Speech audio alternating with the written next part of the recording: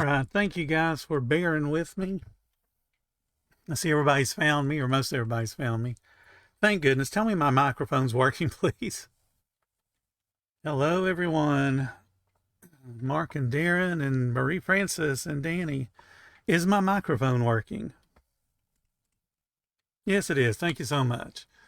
All right. I apologize for being 13 minutes late. Apparently, some technological things are beyond my ability in Facebook, because when I started the video, as I have the last two times, it showed it was working, but it didn't broadcast out to anyone. So I spent the last 23 minutes trying to figure it all out. But it's up, it's running, so we're going to get started.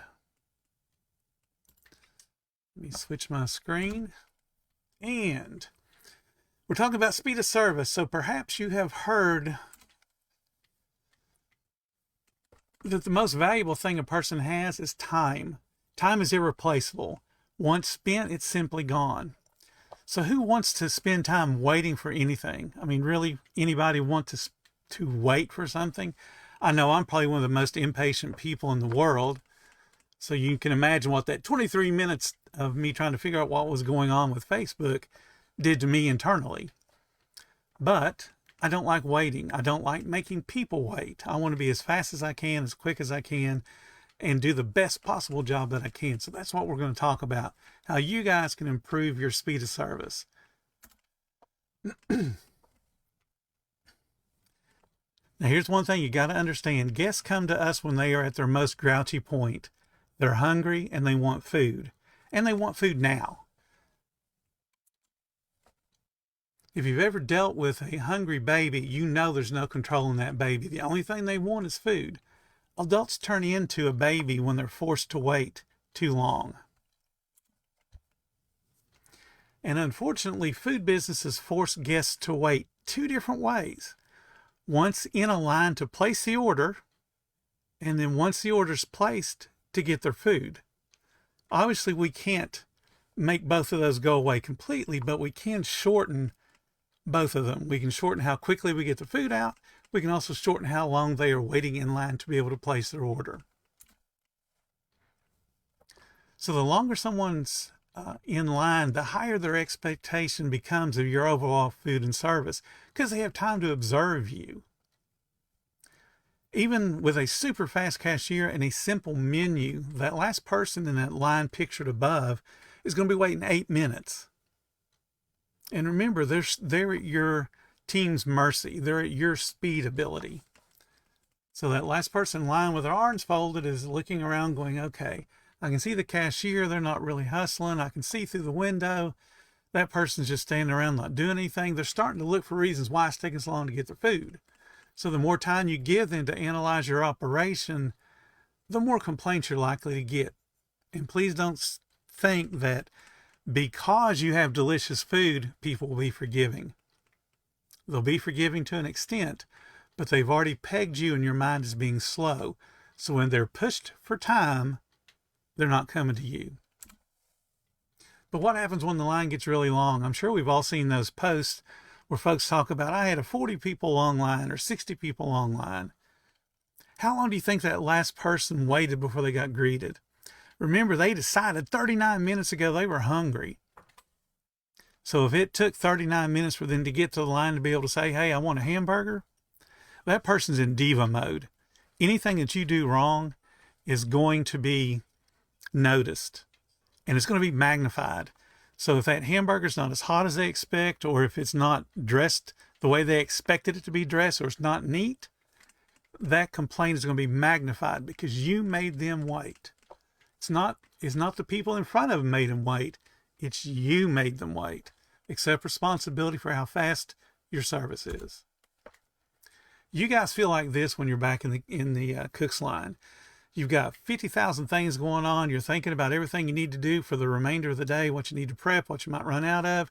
You got stuff cooking. You got stuff that has to be in different stages of cooking. So you're hustling. You're sweating. You know you're working hard. But that person that's in the back of the line thinks you're moving like the turtle. And that's not a good impression for them. What I hear most often is people will say that they have this euphemism, we cook to order, and that defends how slow our service is, and it really does not. Cooking to order means you don't understand the food service business. There are only a few exceptions to where you have to cook to order, one being pizza, obviously. You can't anticipate every possible combination of toppings, so that has to be really cooked to order. But if you're selling something like a hamburger, even if you cook fresh meat hamburgers, they can be done in anticipation of orders. I'm going to show you how to do that in a minute. So the question becomes at this point, how do we go faster and still provide the kind of service expected of a mobile food vendor? And then also the kind of quality that we would be proud of. So let's do first things first. In your dream and design phase of your menu, consider how the food is delivered. And by delivery, I mean out of the kitchen into their customer's hands. And you want to think about every touch point that food's going to have, from receiving it to the storage, how it's prepped, how it's cooked, how you're going to hold it, how it's assembled, and to the final presentation to the guest in a bag or wrapper or one of the food boats. However you present the food, you want to think about every way that food is going to be handled and touched, and then figure out how you can make it faster in between each of those stages. You can always go slightly faster. You know, I'm gesturing so much, I'm making my desk shake. Storage is one of those things in a food truck that's at a premium. And what we have to do is put the food as close to possible to where it's going to be prepped and or cooked. Every step that you take, every 360-degree turn that you make is wasted time that you can't recover. Plus your tired, achy feet and back are going to scream at you, please fix the problem. I can't tell you how many places that I have seen, how many layouts I've seen where the grill will be on one side of the truck, and then directly behind the grill will be the prep station where they hold all the cheeses and vegetables and stuff they're going to throw onto the grill. So that means every single order, that poor old grill operator is doing a 360.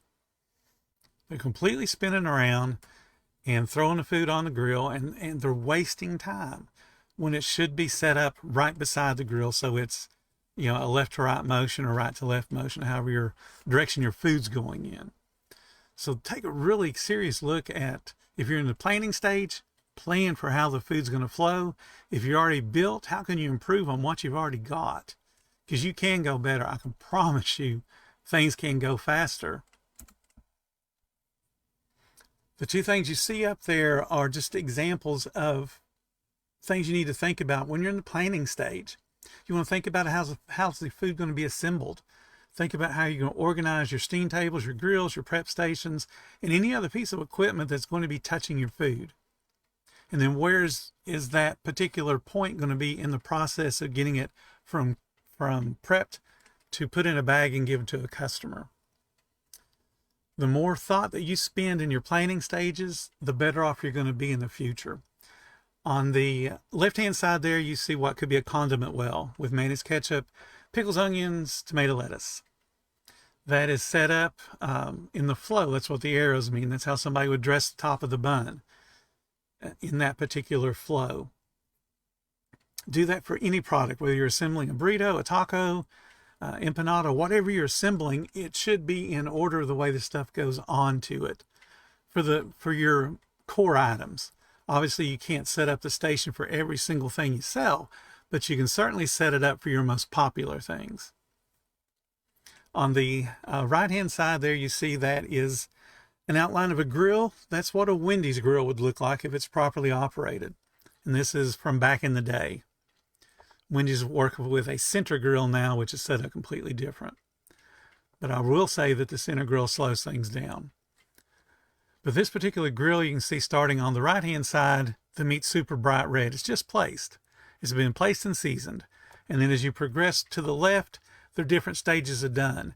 So they keep each row lined up and they never mix and match. If they only place one patty in that first row, they wouldn't place another one a minute or two later, because in theory, it would have moved closer to where it's going to be put on a bun and turned into a sandwich. So those are the kind of details you want to think of in your planning stages. If you're already open, think about how you can reorganize your grill space to make it more efficient and to make sure that the food's moving towards where it's being assembled. You can do the same thing with Philly steaks. You can do the same thing with grilled cheese sandwiches. Anything that you're using your flat top grill for, absolutely organize it and then keep it in those straight lines so that you know that every bit of food in that straight line is at the same part of the cooking process. And then you won't get confused. It's very difficult to be a short order cook because they have such limited space. If you can find a short order cook, they can do this kind of stuff and they can keep a mental picture in their mind of where all the food is on the grill at the different stages.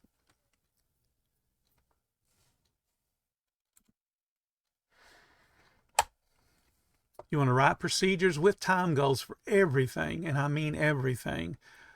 When I do a case of lettuce in the morning to get ready to make sandwiches, I have a time goal for how long it should take me to wash, peel off the exterior rough leaves, to core the lettuce, and then to break it into the pieces that I want to put on my sandwiches. That's about 22 minutes for a case. So roughly one head of lettuce properly portioned every 45, 50 seconds, somewhere along those lines. The same with how the onions are going to be cut. Are you going to use onion rings? Or you use onion pieces? Are you going to dice them? How many pickles go on a sandwich? And you want to make sure those procedures are written specifically and costed specifically. Same with the measurement on the mayonnaise, on the ketchup, number of tomatoes, everything you're going to be using. If it's pepperonis, you should have a count on the pepperonis and then a diagram that places them. Some pizza places use the wagon wheel spokes. Whatever method you want to use is fine. The idea is that everyone makes it the same every single time.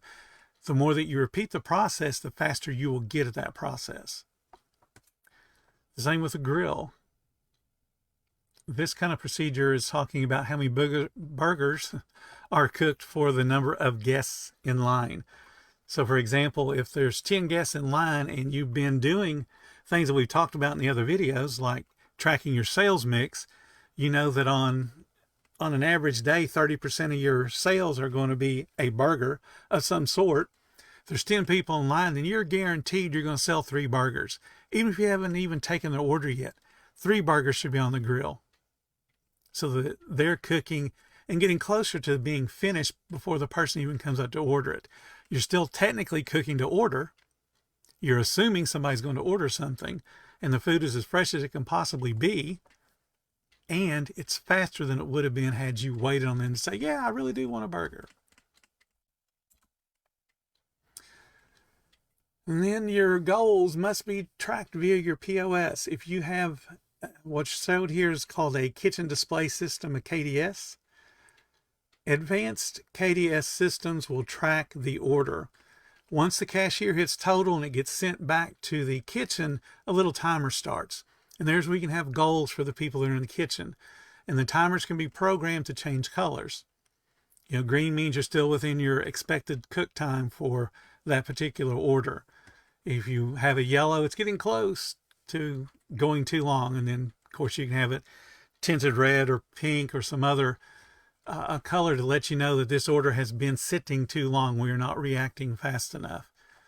Those same POS systems will print out a piece of paper that will break it down per day part.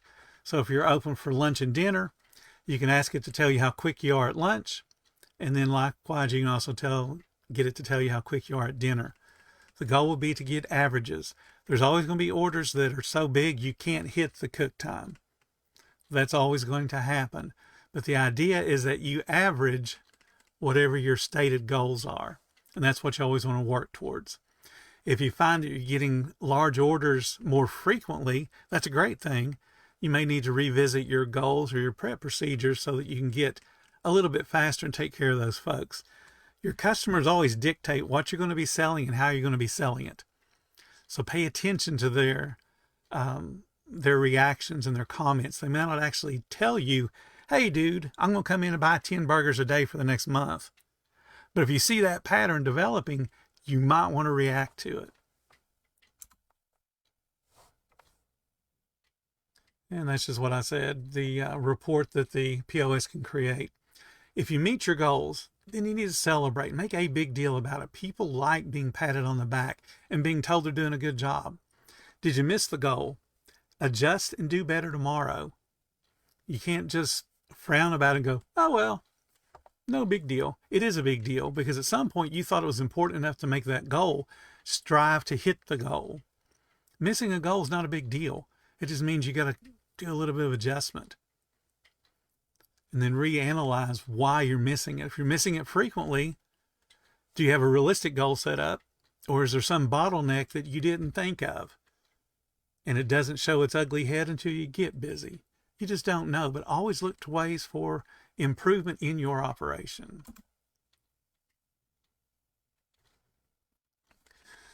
The cashier needs time goals as well. Most folks just say, can I take your order, please? And that's just not going to work. They need to have a well-written procedure, and it has to be thoroughly trained. Just because somebody's been a cashier at McDonald's does not make them an expert on anything other than how to work at McDonald's. And you don't own a McDonald's. I train everyone that I hire, no matter what their experience background is, as if they have no experience. If they have lots of experience, the training goes really quickly, but they've been demonstrated every procedure that I have so that they know what my expectation is. I don't care what they did at Burger King. I don't care what they did at Wendy's. Those things are in their past. Their future is my business, and I want to show them how to perform my standards. And I'm going to teach them the goals that I have, both in the kitchen and as a cashier. And those time goals for both the front of the house, back of the house, have to complement each other. Have to complement each other. You can't teach a cashier to take 30-second orders if it takes the kitchen 4 minutes to put an order out. How many orders are they backing up in that 4-minute time? The idea is for the team to work together. Some people call it a kitchen dance, where they're kind of moving back and forth and getting things accomplished as a team. You've got to have the front of the house, back of the house, cashier, cook working together. And the service can easily devolve into hour-long waits for a plain hamburger. I've seen it far too often in my own operations, and I've seen it in other people when they've not paid attention to the signals of, oh crap, the cashier's taking 60 orders and we haven't put out the first 3 yet. That's a problem. So before ever taking an order, a well-trained cashier is going to communicate to the cook staff important information, like how many people are in line already. This helps the cook to anticipate how much food to cook. This is what we talked about earlier and what we talked about in the food cost presentation, projecting sales. So if you have a sales mix, and the sales mix, again, says that 30% of your orders are going to be a burger, and the cashier has called out there's 6 people in line, that means you need to put down probably 2 hamburgers. And then that makes their wait at the end of the ordering process shorter because you anticipated their order. And then the cashier should constantly update this number as people join the line. If she says there's 7 guests in line, then the cook staff reacts to however you want them to react, dropping a basket of fries, putting 3 burgers on the grill, whatever it is, and she doesn't say anything else for the next few minutes, the cook should safely assume that the line has not been added to. But if the line gets added to, she needs to call out that new number after an order gets placed. She rings up an order, sends it to the kitchen printer or the kitchen screen, and then she says, still 6 guests to order, or still 9 guests to order. So that way the cooks can react to the new number. And yes, it takes a bit of getting used to make sure you don't confuse yourself and end up with 40 patties of hamburger meat because she's called out 9, 3 or 4 different times. The idea is that you work together and know how much food is probably going to be sold by the number of people that's out in the line.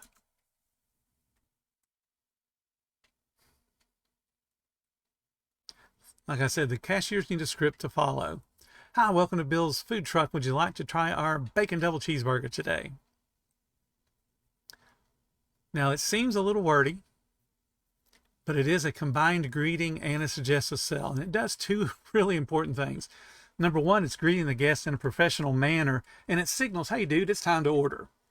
But it puts some breathing room in between the orders for the kitchen, between this order and the last orders taken.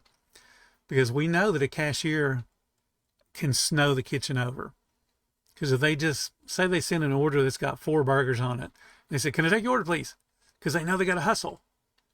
And the next person says, yes, sure, all wants a burger, and that's it. So now she's sent yet another sandwich into the kitchen before they've hardly had time to put the food down for the first order. Now, what that does, if you think about it, the first order had multiple sandwiches, and they dropped the meat for it at the same time they dropped the meat for the one guy. There's no room in between his meat, his hamburger patty, getting done and the ones before it. So however long it takes to dress and assemble those first 4 sandwiches, that single piece of meat is sitting there cooling off. Because remember, it went down at the exact same time as the others because of how fast she took the order. So your quality's starting to diminish on that one order, even though it's out super fast and out within seconds of the bigger order. The quality's not the same because you didn't put the breathing room in there.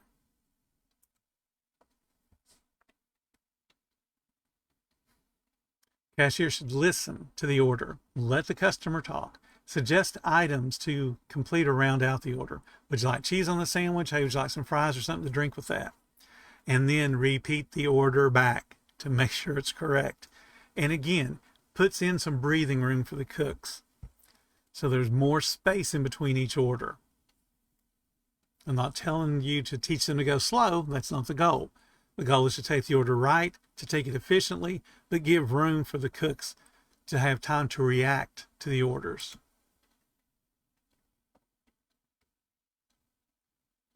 After the cashier verifies the order is being correct, they do the payment transaction, scan the card, give change, whatever it is. And then they want to, before greeting the next guest in line, update the line count for the cooks if folks have joined. So if they initially said there's 6 people in line and no one else has joined, go straight into the next order. If somebody has joined, update the number. There are still 6 guests to order. The cooks would know, oh, okay, 6. We still have 6. That means 1 person joined. So each of these steps should have a time goal. Problem is, having a time goal with a food truck POS probably is not going to be able to track it. You need a more sophisticated system that tracks key presses. And that gives you lots of metrics on how quickly a cashier operates. Because what you're looking at is the space in between the initial order and when the cashier actually hits the cash tender button. That gives you an idea of how long it's taking them to go through an order process. But like I said, most POS systems for a food truck don't have that capability. But that doesn't mean you shouldn't set a goal for it anyway.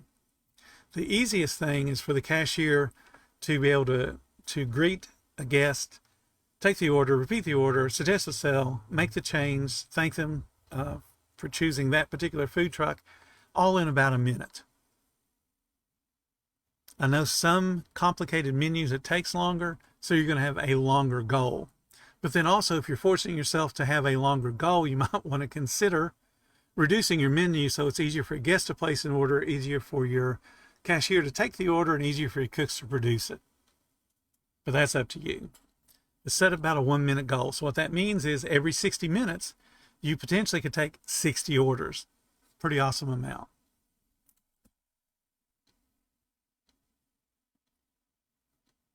Because let's put all that together. We talked about the cooks and how they're going to react. We talked about the cashier. So let's look at this. This is an older Wendy's layout. It's an 8 by 18 foot. This is their front line layout. This is not the drive-through. Does it remind you of a food truck? If you pulled out the 2 fryers and put in a 3-compartment sink and maybe a little bit larger refrigerator freezer combination, you have a food truck. Pull out the potato station, you got even more room. So you have a food truck there. Wendy's came up with this in the late 70s, early 80s, and ran that model into the 90s. Then they switched to the center grill. But notice that is a food truck layout. There's 5 people there. They have a very small work area between them. And each of those yellow arrows represents what the person should move to, what position the person should move towards if somebody else is out of position. And the reason they would be out of position wouldn't necessarily mean that they're not on the truck. It could be that they're helping someone else that's gotten behind. The sandwich maker turns around real quick to scoop out some fries because the expediter is locked up with a really big order. Or the sandwich maker turns around to make a potato or scoops up a bowl of chili. The grill man would slide in and finish an order because the grill man's been trained on everything.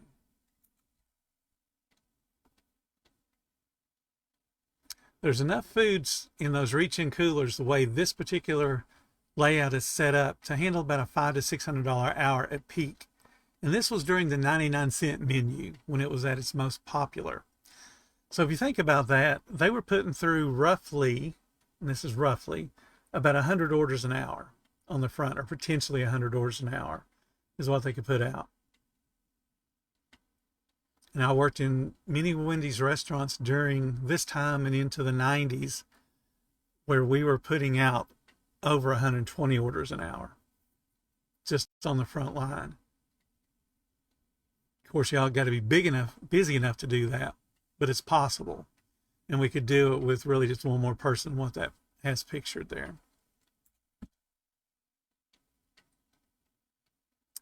In modern food truck pricing, that would be a $1,200 to $1,500 hour. And remember, this is for burgers. It's not the high ticket items like ribs or pizzas or some of the other things where someone's getting, $15, $18 for a single entree. And there's nothing wrong with being able to get those. You still want to be able to take your orders as fast as you can. So the point of this is to not think of your business in terms of dollars, because you'll start to get discouraged. There's a hamburger truck out in Los Angeles that was posting his sales for his Friday night, Saturday nights a few weeks ago. And those sales, when you look at the dollar amount, you get really thrilled, going, wow, $2,700, that's awesome. But see, I'm in the burger business too. I'm in the food business. So dollars don't really impress me. What impresses me is how many people an hour you're taking care of. And when you looked at the ticket count that he had, it was like 127 for a 3-hour service. So he's doing about 42-ish people an hour. That's pretty good. But it's, when you equate that to $2,700, it's not a lot of dollars. He could have done more had the service been faster. $2,700 is a lot of money. And I know a whole bunch of people would love to do that in a full day, let alone 3 hours. But you want to think in terms of guest count. You want to think in terms of how can I move this guest quicker through this process so that I can get more guests in and get them through the process just as quick. So when you compare the goal being, like I said, 60 customers an hour, taking one order every minute, he was kind of under the goal a little bit.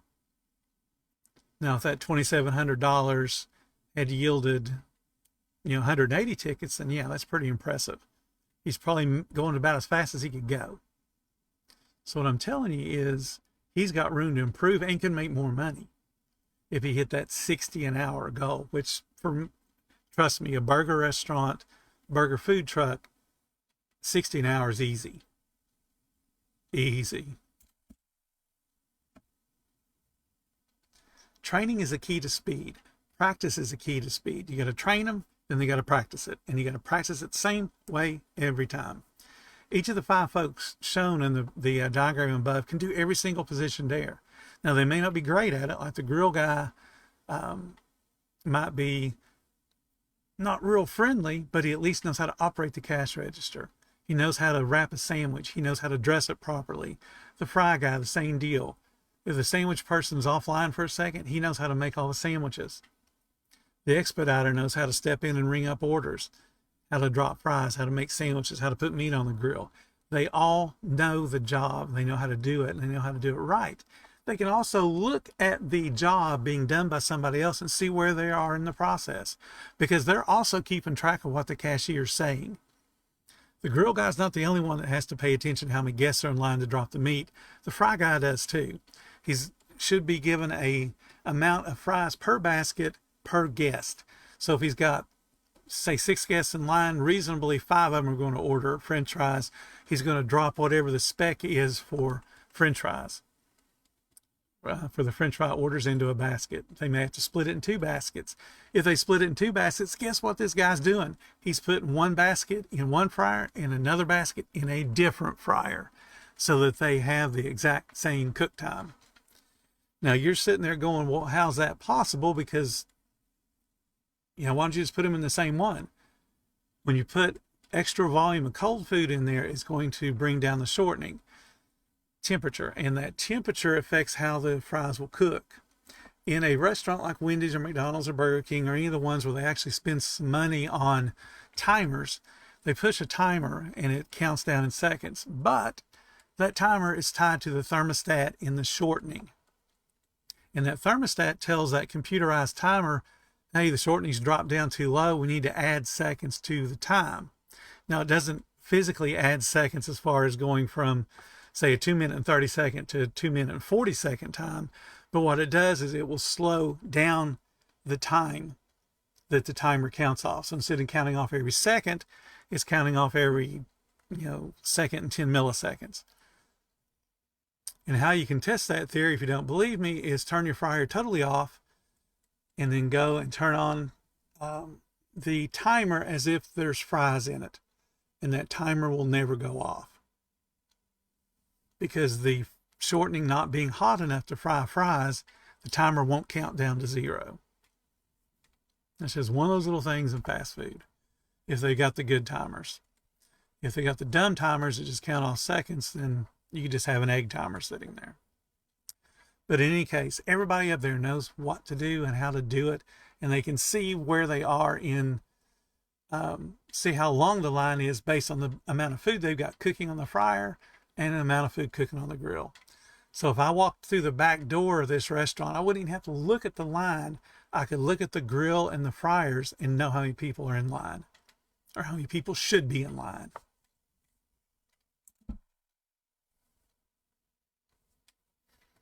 When one person is out of position, whether it's doing a trash run, they're restocking, handling a problem, a guest has a complaint, they got to be handled, and you don't want to be pushed for time trying to handle that. The other people there can cover the position, and they know how to do it, and at least do it to the standard expected.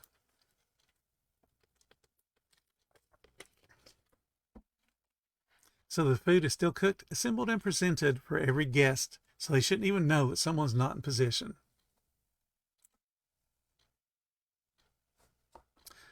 Now you got to think about, once your food is cooked, how are you going to present it to the guest? The procedures have to be written for this as well. You're looking at a Wendy's tray that would have been set on that front line right beside the cashier. As soon as a guest comes in to order, she would take that tray off the stack and lay it on the counter. That will tell everybody else that just walks up to the line, we have one guest in line, and they're ready to place an order. They wouldn't have to see if there was a person there. They would know that they're somewhere in the line. And then those drinks are placed in order of where they come from, with the fry being the last thing put on the tray. The fries were never put on the tray until the drink and the sandwich was already there. Then the fries would go on. The expediter would gently push it towards the guest and say, here you go, thank you, have a nice day. And they've repeated snippets of the order back so they got the right person with the right food. If it's bagged, whether it's the drive-thru or front, same deal, same procedures. This bag shows 2 sandwiches stacked on top of each other, laying flat, and then fry. If they had a second fry, it would be laid on top of the lower fry, and that would be it. So 4 items in a bag, napkins on top of that, condiments on top of the napkins, and then it would be folded down one time, handed to the guest that way to help hold the heat in. That was the way, the standard, so to speak, of how things were to be done. So if a family came in, all the family members got their own individual tray, unless they were small kids, and then we'd ask the parents, which tray would you like us to combine these on so it can be carried to the dining room? The same with the bagging procedure, no more than 2 sandwiches and 2 fries. If they ordered 10 sandwiches, then there's going to be 5 bags, because we don't want what's on bottom getting crushed. We want the guest to be able to open the bag really quickly, look at it and go, yep, there's 4 things in there. Hopefully they're made right.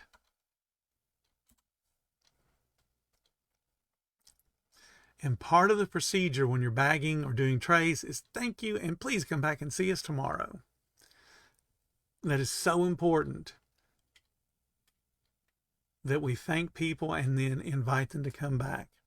Or if you want to invite them to leave a review on your Facebook page, do that.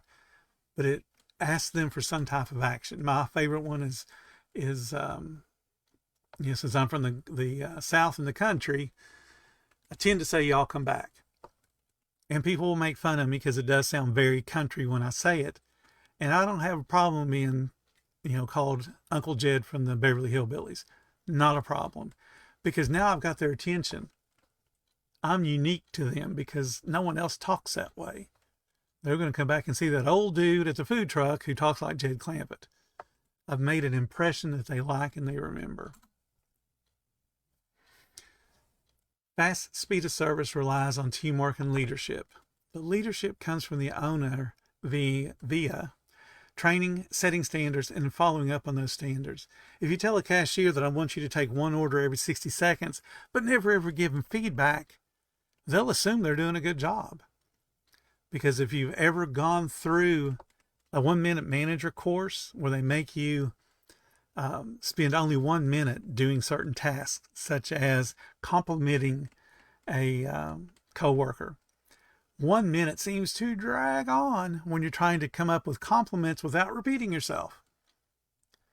But when they ask you to reprimand an employee and they give you a situation they should be reprimanded on, the timer always goes off because you're not done telling them how bad they are. You've got to follow up on your folks. They got to understand how long a minute is. And they got to understand how quickly it helps the business to grow if they're going quickly. So follow up on those standards that you set. Same with the kitchen. If you have a 5-minute ticket time out of the kitchen as a goal, and they're hitting that 5-minute time consistently, you need to brag on your cook staff. If it's 30-second sandwiches for assembly and putting it out, which is slow. But if that's your standard and they're hitting it, congratulate them. Tell them how awesome they are. Every time you are open for business and have 1 employee or 20 employees, you want to thank them for the hard work they did at the end of their shift with specifics. You can't just say, you did awesome today. You want to be specific. I loved how you took care of those sandwiches when we had that big order. I love how quick you were dicing up those lettuce and tomatoes when we ran out. Those kind of things, they remember because they know you're paying attention. And they like hearing the boss give them compliments specific to their performance. Okay, so I ran through that significantly quicker probably than I should have. So I'm going to let you guys spend some time asking me questions. I got my phone sitting here so I can answer any questions. And I promise I'll talk a lot slower. And there's Jeff Davis, my good friend in Jacksonville. Yeah, that 1 minute. The first time I did 1-minute manager and they told us, and they do this intentionally, they have you do the reprimand first so that you can see how quick the 1 minute flies by when you're telling somebody how bad they do. And then they say, okay, now we're going to take this employee that's improved their performance, and I want you to spend 1 minute talking to them about their performance improvement. Because you've already been chastised for going over a minute, you think after about 20 to 30 seconds, you're really approaching a minute. So you stop the compliments. And it's rather funny to watch. The first time I did it, I knew I was getting close to a minute, and I stopped, and it'd been like 20 seconds. It's just one of those neat little things they do in seminars that I encourage everyone to go to. Always expand your knowledge. I read stuff every day. I know what I'm doing, but I'm always going to competitors. I'm always doing things to help my business to grow and get better. My wife and I go and analyze restaurants now, not even thinking about it, because we have those internal timers. And we know how long we've been seated. We know how long it should take for us to be greeted. We know how long it should take for the food to come out of the kitchen. And then we watch other tables. It's just a process of the job. So again, if y'all got any questions, I know I went through it really, really quickly.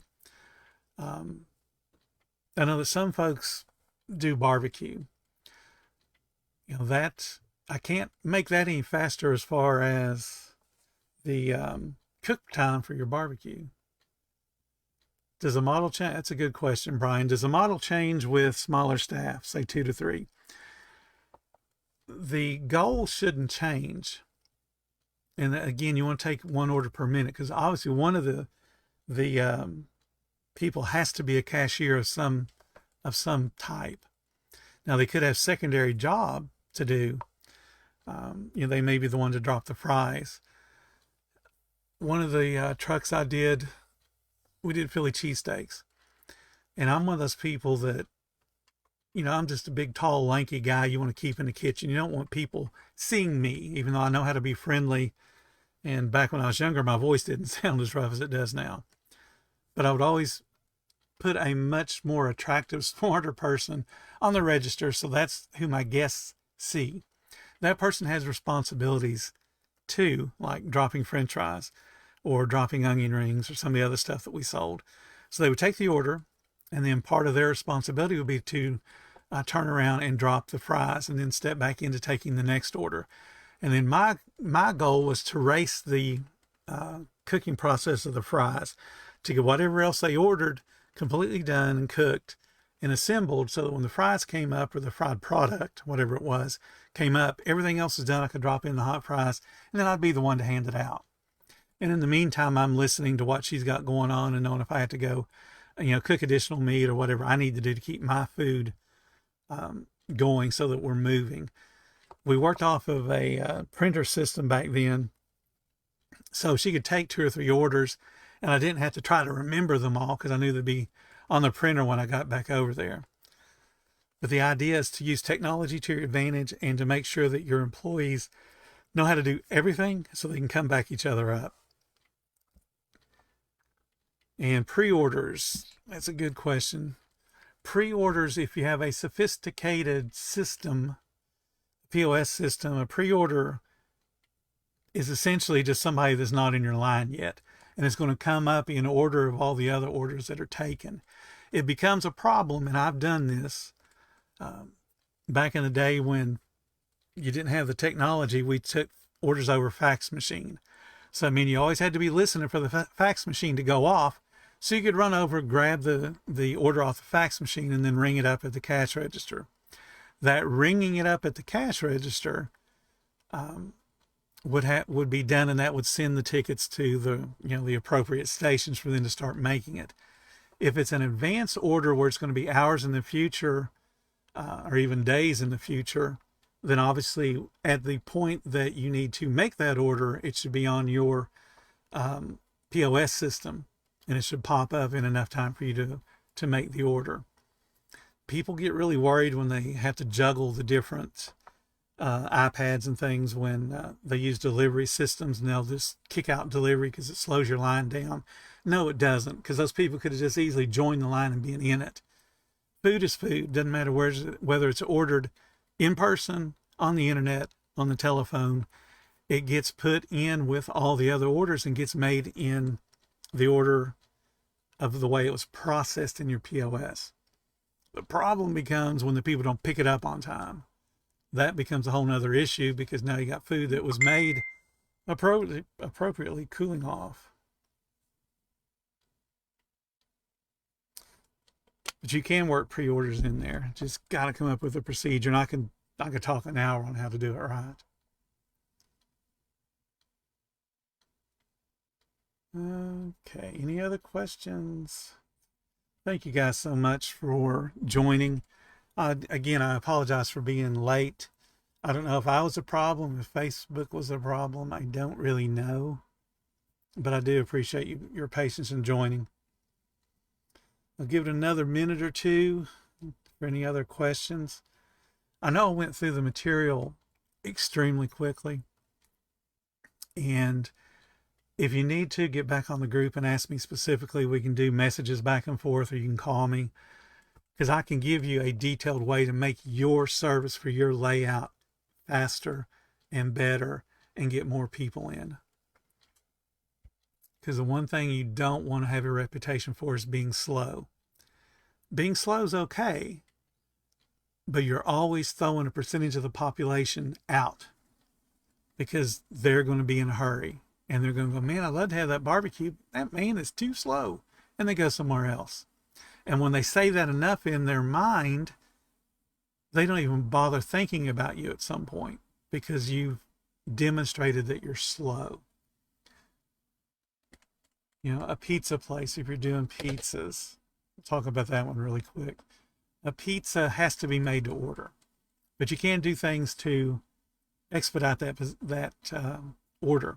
For example, you'd already have your dough stretched and docked and put on the cooking sheets.